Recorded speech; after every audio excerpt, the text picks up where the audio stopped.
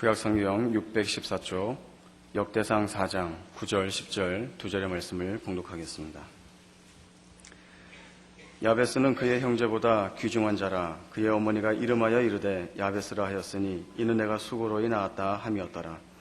야베스가 이스라엘 하나님께 아뢰어 이르되 주께서 내게 복을 주시려거든 나의 지역을 넓히시고 주의 손으로 나를 도우사 나로 환난을 벗어나 내게 근심이 없게 하옵소서 하였더니 하나님이 그가 구하는 것을 허락하셨더라.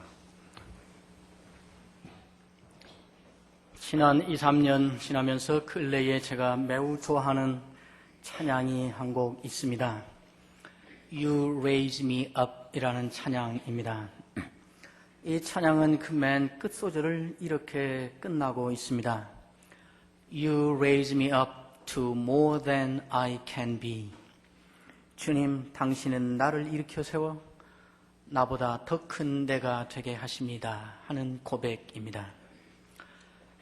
우리를 일으켜 세워서 우리보다 더 큰 우리가 되게 하시는 분을 우리가 우리의 주님이라 부르며 산다는 것은 매우 놀라운 축복입니다. 우리 주변에 어떤 사람들은 태어날 때부터 매우 좋은 분위기에서 매우 좋은 환경과 부모 밑에서 잘 태어나서 양질의 교육을 받으면서 또 그에 걸맞는 좋은 사람들을 만나면서 그룹을 이루고 또 평생을 순탄하고 평탄하게 잘 사는 사람들이 있습니다. 이런 사람들을 가리켜 우리는 복을 많이 가지고 태어난 사람이구만 그렇게 이야기하지요. 그러나 어떤 사람들은 참으로 기구한 운명이라고 밖에 말할 수 없는 어려운 상황 가운데서 태어나서 어렵게 힘들게 고달픈 인생을 사는 사람들이 있습니다. 그런가 하면 잘나라 어느 세월에 갑자기 인생이 곤두박질을 쳐서 깊은 시름과 고통과 고난 가운데서 사는 사람들이 있습니다. 그런데도 그런 인생을 포기하지 않고 그러한 인생을, 그런 환경을 바꾸어가며 변화시켜가며 그 안에서 의미를 찾고 그 안에서 행복을 누리며 그 인생의 가치를 부여하며 그렇게 바꾸어가며 사는 사람들이 있습니다. 이런 사람들을 가리켜 우리는 복을 많이 가지고 태어났다고 말하지 않습니다. 자기의 인생을 이렇게 변화시켜가며 사는 이러한 사람들을 가리켜 우리는 위대한 인생을 사는 사람이라고 말합니다. 우리 가운데 어느 누구도 우리 자신을 복을 많이 가지고 태어난 사람으로 만들 수는 없습니다. 우리는 그냥 그렇게 태어날 뿐이고 우리는 그냥 살다가 그런 상황에 던져져 버린 것 뿐입니다. 그러나 우리 모두가 우리의 인생을 바꿔가며 변화시켜가며 그 안에서 의미를 새롭게 찾으며 가치를 새롭게 부여하며 사는 위대한 인생을 사는 사람이 될 가능성은 우리 모두에게 있습니다. 오늘 우리가 읽은 이 말씀은 이 위대한 인생을 산 한 사람의 이야기입니다. 이미 여러분들께서 책도 많이 읽으셨을 것이고 노래도 많이 불렀을 것이고 이것저것에서 이야기도 많이 들으셨을 야베스라고 하는 사람입니다. 오늘 이 본문은 이 야베스라고 하는 사람을 매우 특이한 방식으로 우리에게 제시하고 있습니다. 역대상 4장 9절과 10절이 야베스의 이야기인데 사실은 3장 1절부터 다윗이 헤브론에서 낳은 그의 아들들은 이러하니라 하는 말로 시작해서 다윗 이후에 계속 데려오고 있는 수백 명의 이름을 제시하면서 기록해오고 있는 족보의 한 대목입니다. 3장 1절부터 시작해서 계속해서 족보 얘기였습니다. 누구의 아들은 누구고 누구의 아들은 누구고 누구의 아들들은 누구와 누구와 누구고 그러다가 좀 짜증이 나고 실증이 나겠다 싶으면 누구의 아비는 누구고 누구의 아비는 누구고 누구의 아비는 누구고 방향만 바꾸어서 말하는 것뿐이지 계속 족보의 이야기였습니다. 그런데 4장 9절에 와서 야베스에 대해 와서는 갑자기 기록체가 바꾸어지고 있습니다. 야베스라고 하는 한 사람의 출생 내력부터 시작해서 그의 일생을 다루는 전기체의 기록으로 갑자기 바꿔지고 있는 것입니다. 9절과 10절 2절이면 앞에서 해온 방식대로 하면 7명이나 8명의 이름을 거기에 제시하면서 족보를 진행할 수 있을 텐데 이 긴 내용을 한 사람의 이야기로 채우고 있습니다. 그리고 야베스의 얘기가 끝나면 11절부터는 다시 아무 일도 없었다는 듯이 다시 누구의 아들은 누구고 누구의 아들은 누구고 그러다가 한참 가다가 변화를 주기 위해서 누구의 아비는 누구고 믿기지 않으시면 다른 페이지 넘기실 필요도 없이 그냥 위로 아래로만 눈만 옮기셔도 금방 확인할 수 있습니다. 왜 이럴까? 그리고 11절부터 나머지 4장, 9장, 5장, 6장, 7장, 8장에 이르기까지 긴 내용을 전부 족보체로 기록하고 있습니다. 왜 야베스에 와서 이렇게 갑자기 전기체의 기록으로 바꿔지고 다시 원점으로 돌아가고 이런 변화가 일어나고 있을까? 알 수 없습니다. 본문이 말하고 있지 않으니 알 수 없으나 그러나 짐작은 해볼 수 있습니다.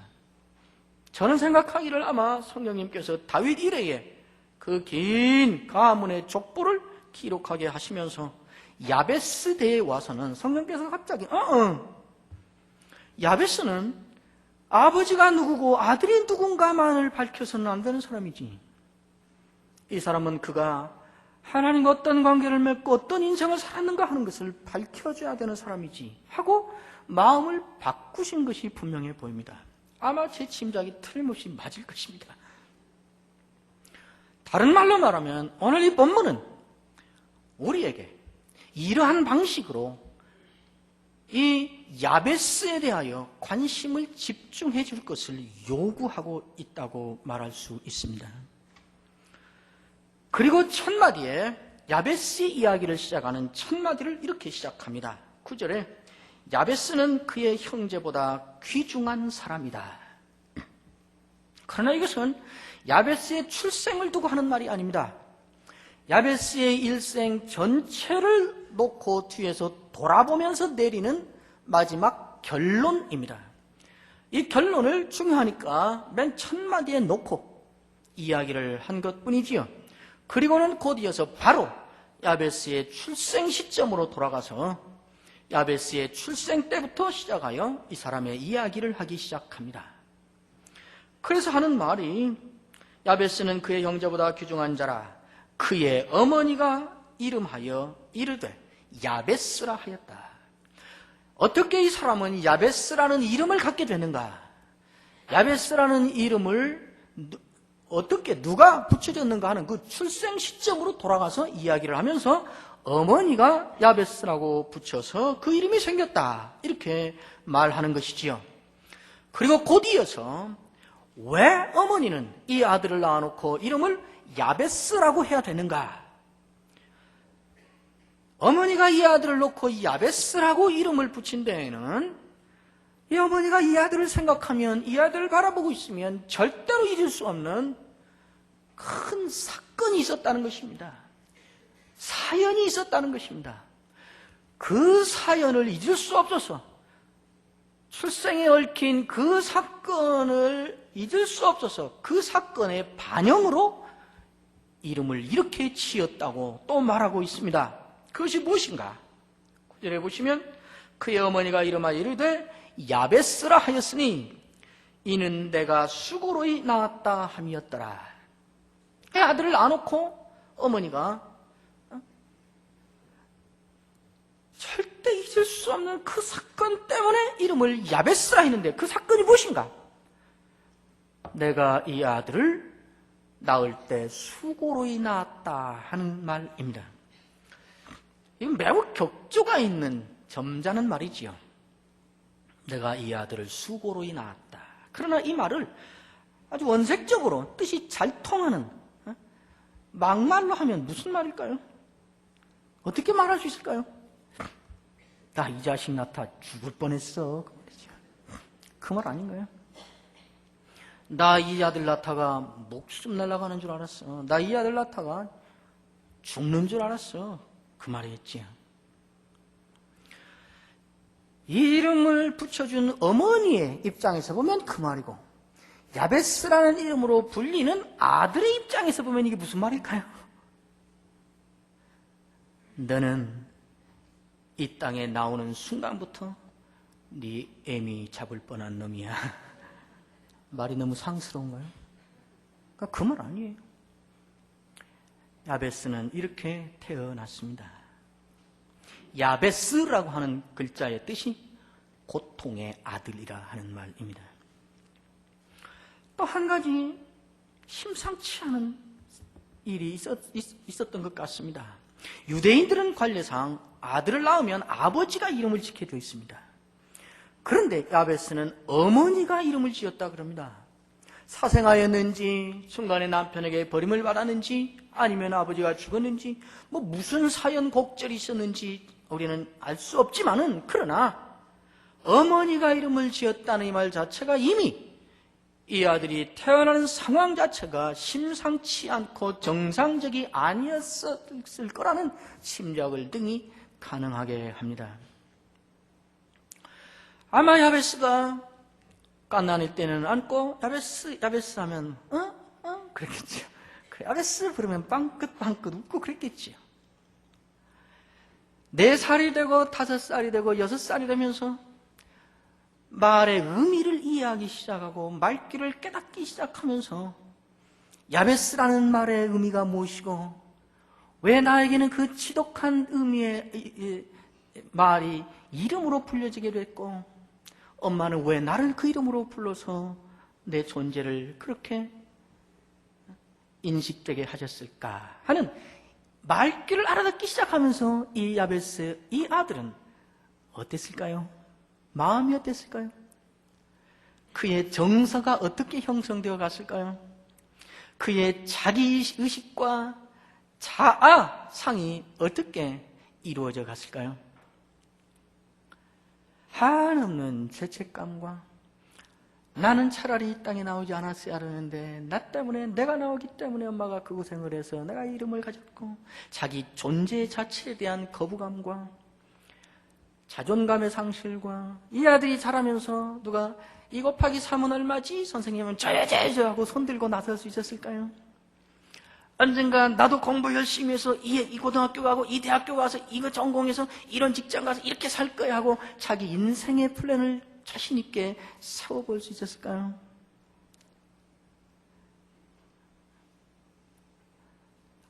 신학대학원 교수라면서 있는 말만 가지고 하지 본문에 있지도 않은 말을 가지고 왜 이렇게 추리소설을 쓰는가 하는 생각이 드세요?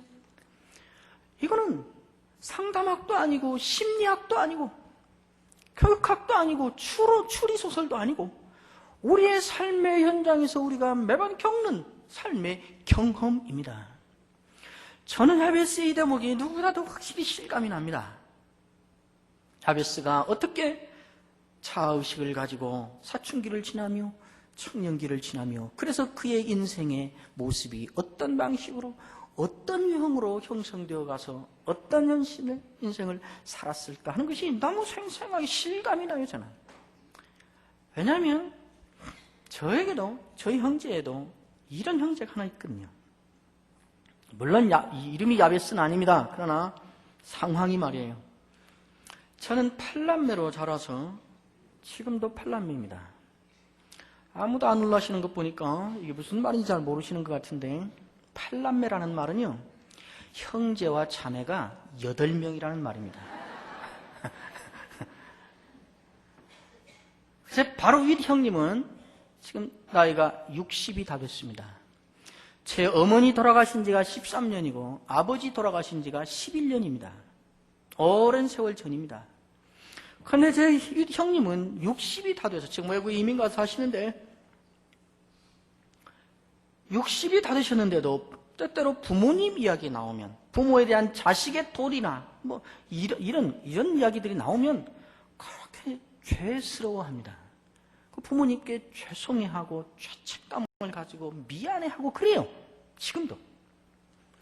왜냐하면 우리 형님은 아기 때부터 병치레를 지독해서 부모님을 무지 속삭였거든요. 자기는 천하의 불효자로 알고 있어요. 아기 때 들쳐업고 밤중에 병원, 의원 가서 문 두드리는 것이 한두 번이 아니고, 시도 때도 없이 가서 약국 그 셔터 두드려서 약 사온 적이 한두 번이 아니고, 군대 계실 때도 제가 대학 때인데 부산에서 근무를 했는데 제 아버님이 형님 또 아프다고 약을 지어서 부산을 가지고 오르락내리락 하는 것이 한두 번이 아니었습니다. 언제는 제 어머니가 저에게 그렇게 말씀하세요. 야, 한 번은 아기가 죽었더라. 그래서 담요로 싸서 운목에 밀어놨다. 그랬더니 얼마 지나고 보니까 야, 아기가 또 살아났어요. 그랬습니다.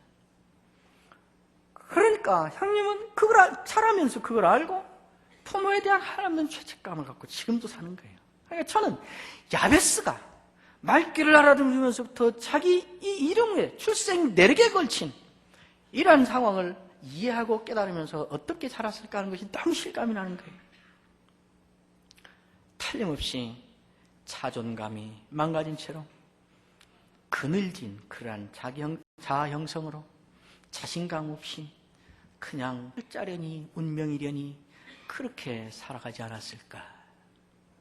그런데 몇 살 때인지는 알 수 없지만은 무엇이 계기가 되어 있는지 알 수 없지만은 어디에서였는지는 알 수 없지만은 이 사람 야베스가 인생의 어느 길목에서 중요한 결단을 하기 시작합니다.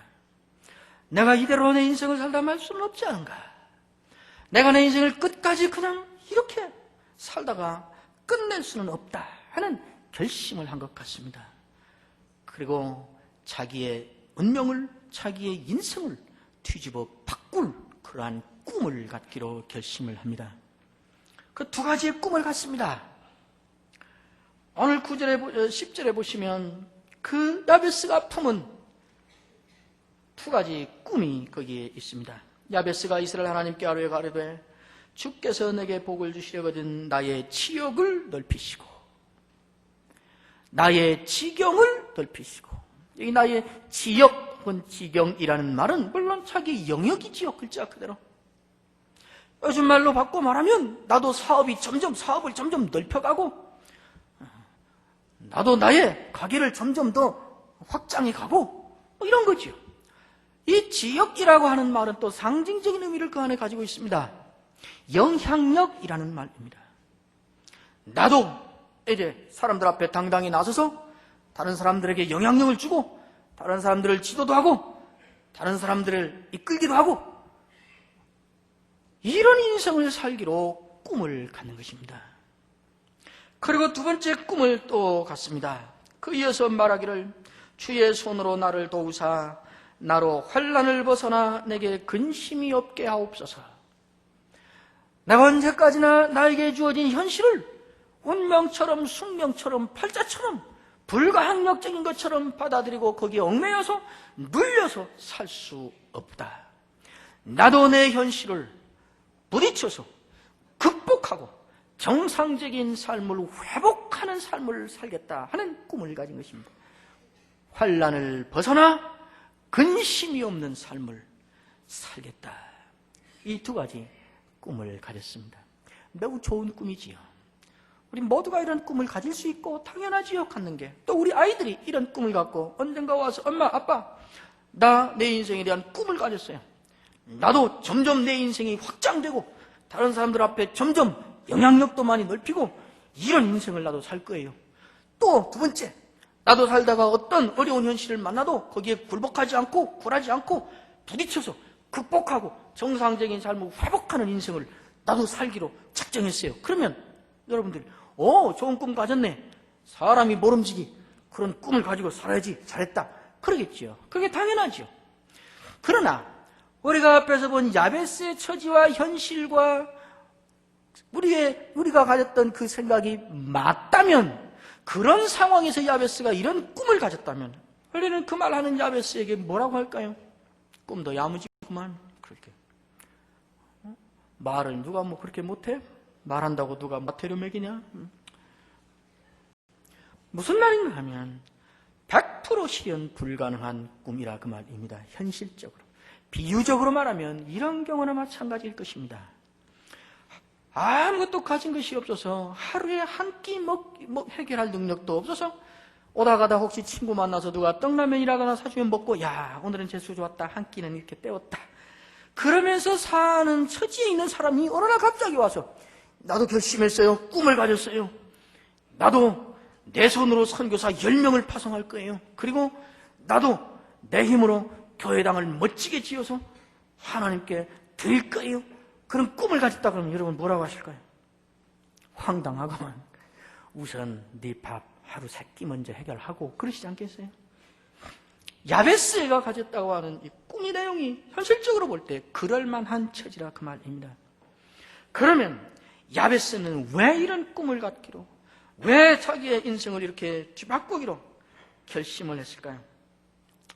어차피 이렇게 사는 인생인데 말이라도 좀 호탕하게 하다가 살자까지까. 그래서 배짱이 생겨서 그랬을까요? 아니면 갑자기 어디 숨겨놓았던 조상님의 땅이 나타나서 한몫 생겨서 이제 자신감이 생겨서 그랬을까요? 아니면은 말이 시된다더라. 자꾸 긍정적으로 말하면 그대로 된다더라. 긍정의 힘을 믿고 자기 최면을 거느라고 그랬을까요? 아니면 자꾸 할 수 있다, 할 수 있다, you can do, I can do, we can do, can do, can do, can do 계속 말하다 보면 최소한 캔디라도 생긴다. 그래서 그랬을까요?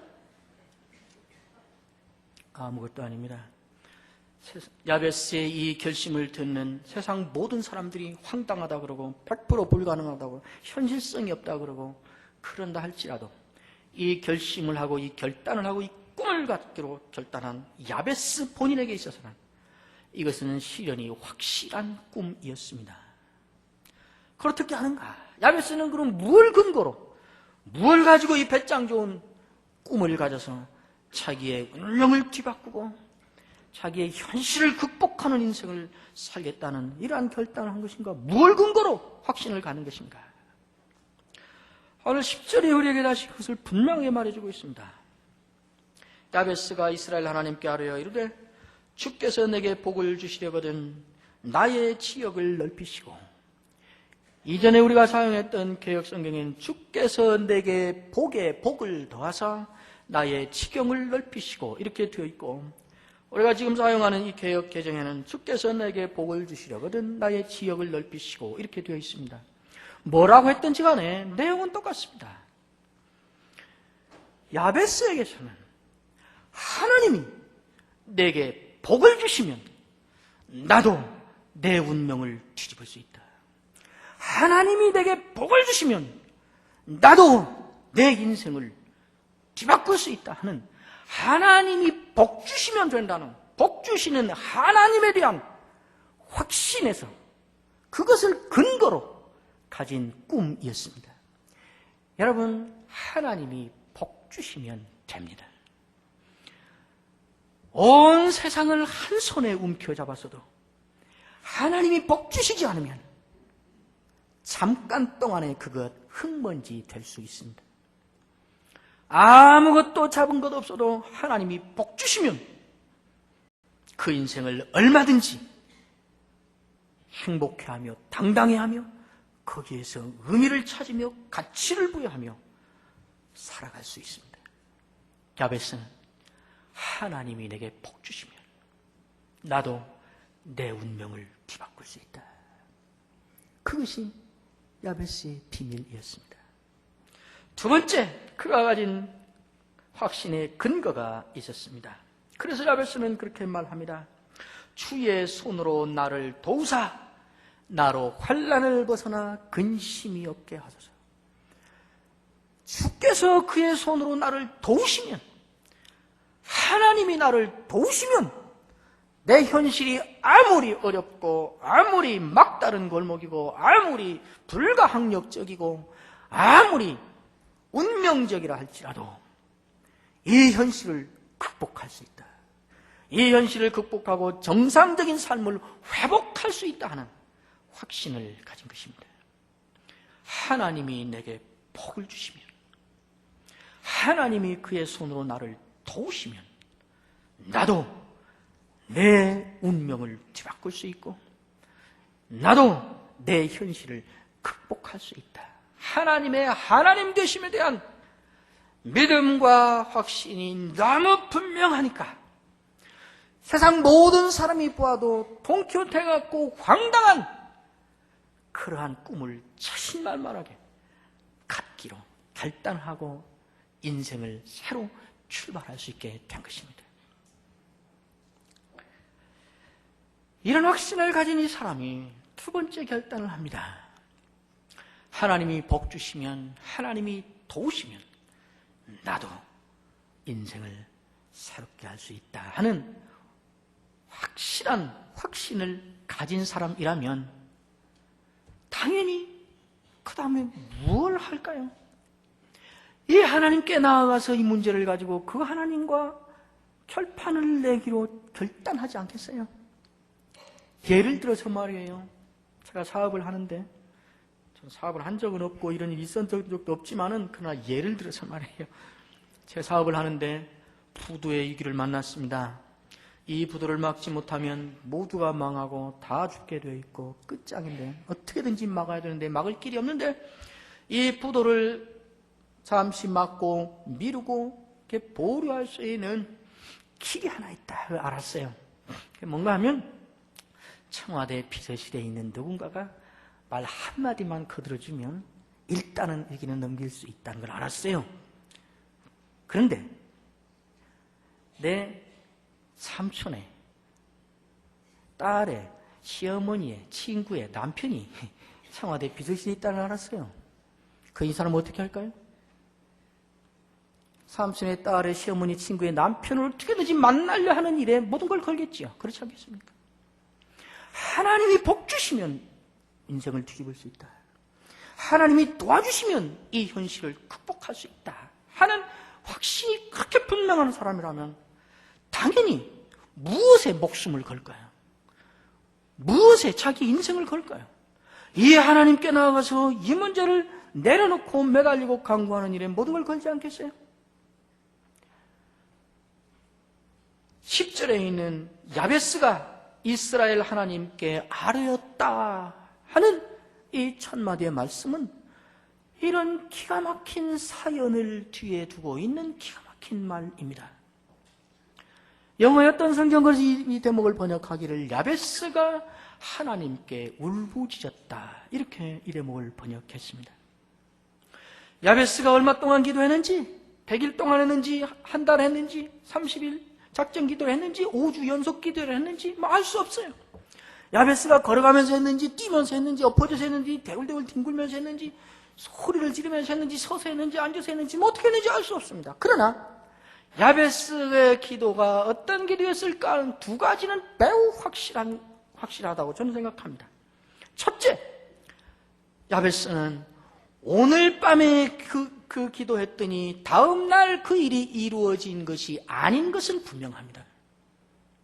이런 믿음과 이런 확신과 이런 담대함을 가지고 이런 신앙을 가지고 하나님께 나아가서 매달리고 맡기고 부르짖지만은 그러나 어느 곳에서도 아무런 응답의 징조도 없고 일의 변화의 실마리도 풀리지 않는, 그러나 하나님에 대한 믿음 때문에 여전히 묵묵히 그 길을 가고 있는 인내의 시절이 이 사람에게 분명히 있었다 이 말입니다.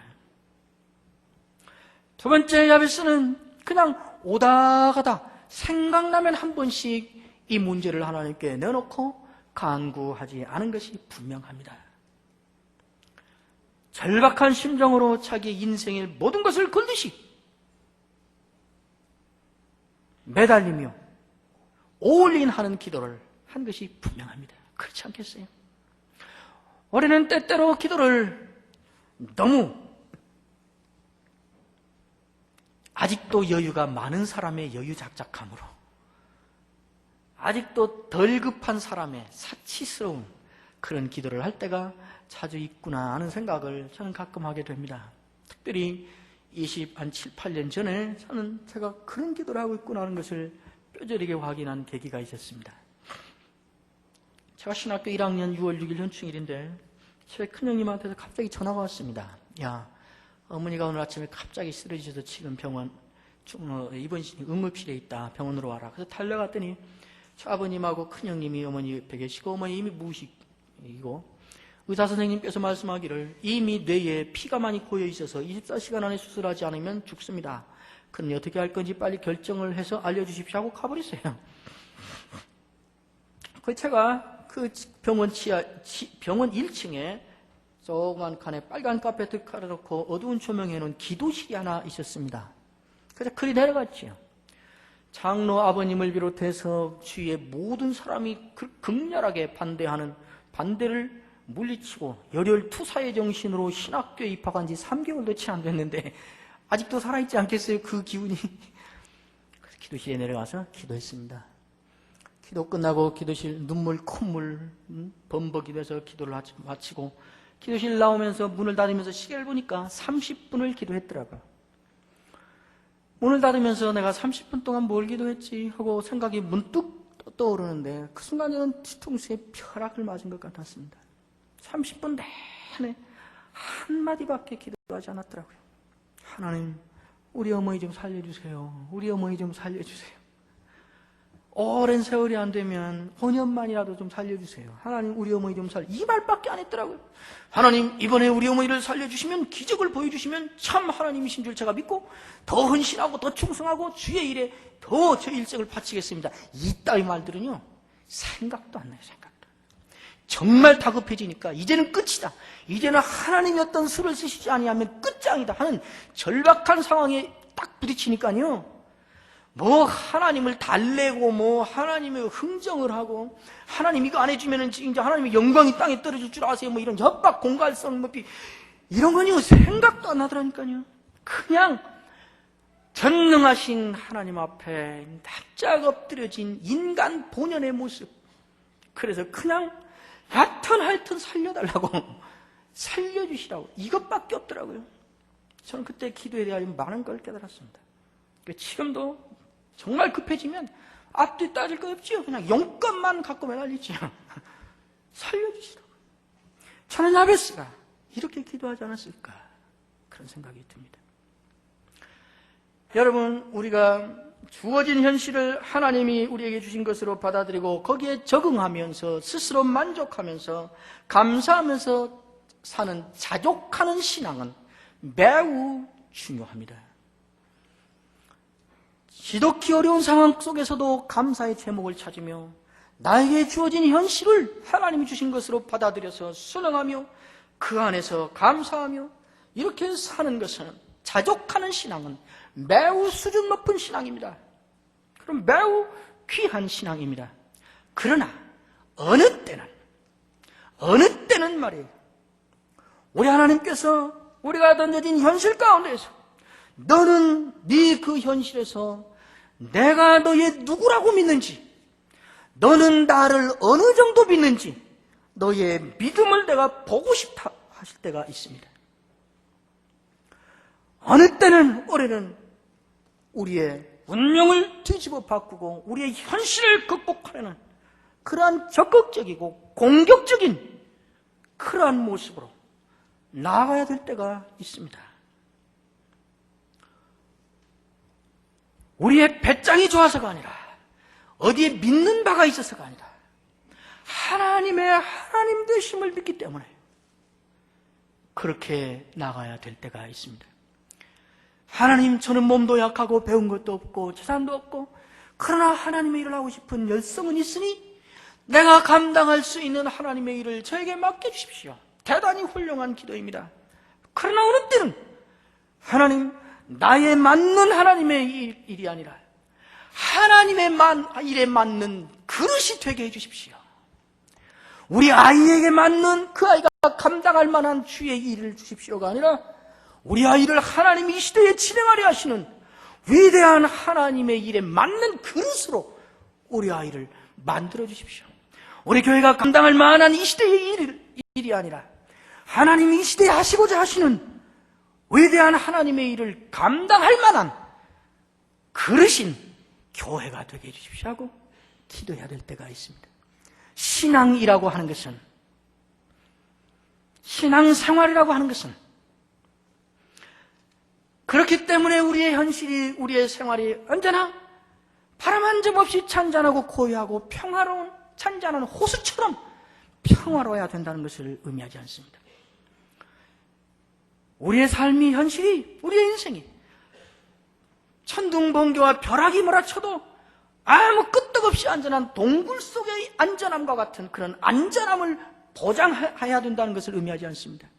신앙이라고 하는 것은, 신앙생활이라고 하는 것은 하나님의 하나님 되심이 너무 분명하기 때문에, 하나님이 어떤 분이신가, 하나님이 나를 어떻게 사랑하시는가, 하나님이 나에게 어떤 관심을 갖고 있는가 하는 것이 너무 분명하기 때문에, 너무 실감이 나기 때문에 잔잔한 호수를 떨치고 나가서 안전한 동굴을 깨치고 나가서 하늘 끝까지 올라가 보고 싶고 땅 끝까지 달려나가 보고 싶은 모험을 가리켜서 신앙이라고 하는 것입니다. 우리의 배짱 때문도 아니고 우리가 갖추어진 어떤 조건 때문도 아니고 하나님의 하나님 되심 때문에 그렇게 나아가고 싶어지는 것입니다.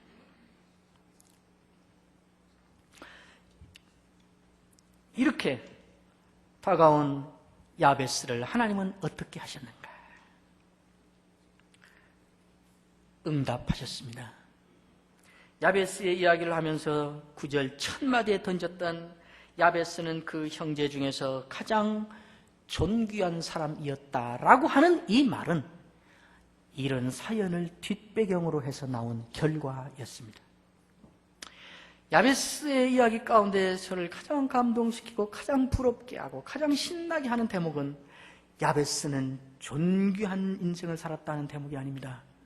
야베스의 이야기를 하면서 마지막 마치는 마지막 마디가 저는 가장 신바람이 납니다. 그리고 부럽습니다. 10절의 마지막 말씀이 야베스의 이야기 마지막 마감하는 말이지요. 야베스는 하나님께 아뢰었더니, 그리고 마지막 말은 하나님이 그가 구하는 것을 허락하셨더라. 야베스는 하나님께 허가를 신청하였더니 하나님은 그에게 허가장을 발부하셨다. 얼마나 멋있어요. 그렇잖아요.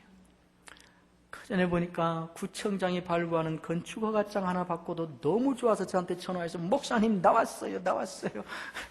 뭐가 나왔어요? 아들이 나왔어요? 딸이 나왔어요? 그랬더니 건축허가 나왔어요. 그래서 불러다가 비싼 음식 사줘서 맛있게 먹은 적이 있는데, 만군의 주요 만왕의 왕이시요 크고 광대하신 하나님, 하늘과 땅과 그 가운데 만물을 지으신 하나님, 모든 열방 모든 민족이 그의 이름 앞에 무릎을 꿇어야 하리라 하셨던 그 하나님이 아브라함의 말처럼 티끌과 같은 내가, 이사야의 말처럼 지렁이와 같은 내가 허가를 신청했더니 허가장을 발부하시는 이런 인생을 산다는 것은 얼마나 멋있습니까? 정 목사는 하나님께 허가를 신청했더니 하나님이 정 목사에게 허가장을 발부하셨다. 너무 멋있을 것 같아요. 이런 인생이라면 까짓것 돈 없이 쪼들리며 가난하게 사는 것 마지막까지 그저 재미있게 살 것 같아요. 이런 인생이라면 까짓것 병들어서 한쪽 못 쓰면서 힘들게 살지라도 행복해하며 재미있게 얼마든지 인생 살 수 있을 것 같아요. 운명은 뒤바꿀 수 있습니다. 우리의 현실을 극복할 수 있습니다. 우리의 고집으로가 아니라, 우리의 배짱으로가 아니라, 나를 돕는 인맥으로가 아니라, 어느 날 갑자기 움켜잡은 재산의 힘으로가 아니라, 긍정의 힘으로가 아니라, 복을 주시는 하나님에 의해서, 도와주시는 주님에 의해서 우리의 인생을 바꿀 수 있습니다. 우리의 절망적인 현실들을 극복할 수 있습니다.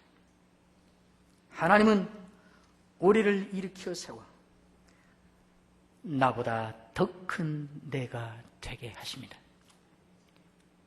You raise me up to more than I can be. 이 하나님께 운명을 뒤바꾸고 현실을 극복하려는 하나님의 하나님 되심이 근거한 확신과 믿음의 혼소한 결단을 품고 나아가서 마침내 허락하심을 받는 여러분과 여러분의 자녀들과 여러분의 가정이 되시기를 축원합니다. 기도하십시다. 하나님 감사합니다. 하나님이 계시는 것이, 하나님 우리 아버지시요 우리의 주님이신 것이 이렇게 큰 은혜요 복일 수 없습니다. 우리에게 믿음을 더하여 주셔서 이 하나님을 모시고 사는 자의 당당하고 위대한 삶을 평생 살아가게 하옵소서. 예수님의 이름으로 기도하옵나이다. 아멘.